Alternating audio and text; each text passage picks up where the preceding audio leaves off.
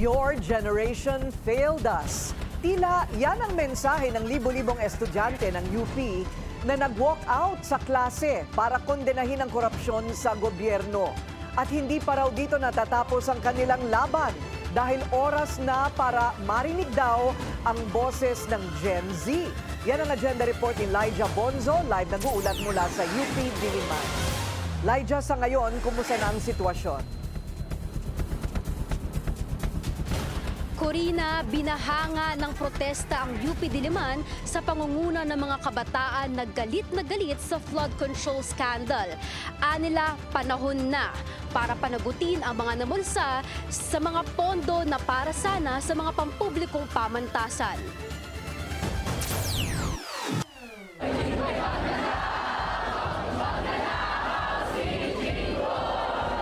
Tinatayang 5,000 estudyante, empleyado at iba't ibang organisasyon ang taas kamaong nakilahok sa Black Friday protest sa UP Diliman kaninang umaga. Bitbit nila ang panawagan na mapanagot ang lahat ng dawit sa flood control scandal pati ang pagtutol sa budget cuts na nararanasan ng pamantasan.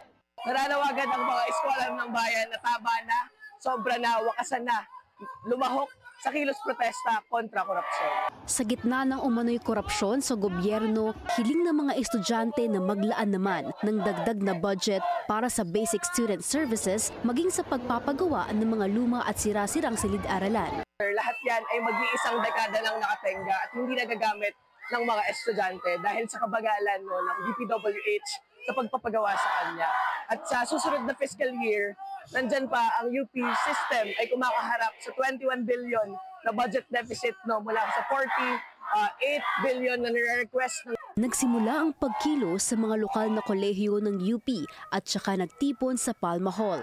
Nakaisa rin sa Black Friday protest ang higit 600 estudyante sa UP Manila. Sa tala ng Manila Collegian, ito ang pinakamataas na bilang ng mga nakilahok sa protesta mula noong pandemya. Kahapon, kinalampag din ng mga estudyante ng Bulacan State University ang opisina ng Bulacan 1st District Engineering Office. Nakakagalit na patuloy tayong kinukurakot ng mga kongresista at mga senador at kontraktor din kasi ako bilang commuter, alam ko yung danas ng konting ulan lang bumabaha na sa mga dinadaanan ko. Science, we're calling for our fellow students to also stand up, to join us here, or however they can, to show how we are against corruption.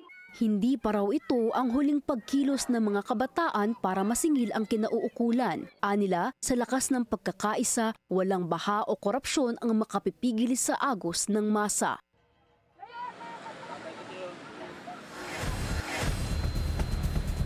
Corina, kanina bago bumagsak ang ulan nasa Palma Hall pa rin ang mga nagpoprotesta at natapos ang programa sa paghihikayat ng mga student leaders na sumama sa Billion People March sa September 21. Balik sa iyo, Corina. So itong Billion People March ay green and go na talaga sa September 21. Kumbaga parang pasilip pa lamang ito, Elijah.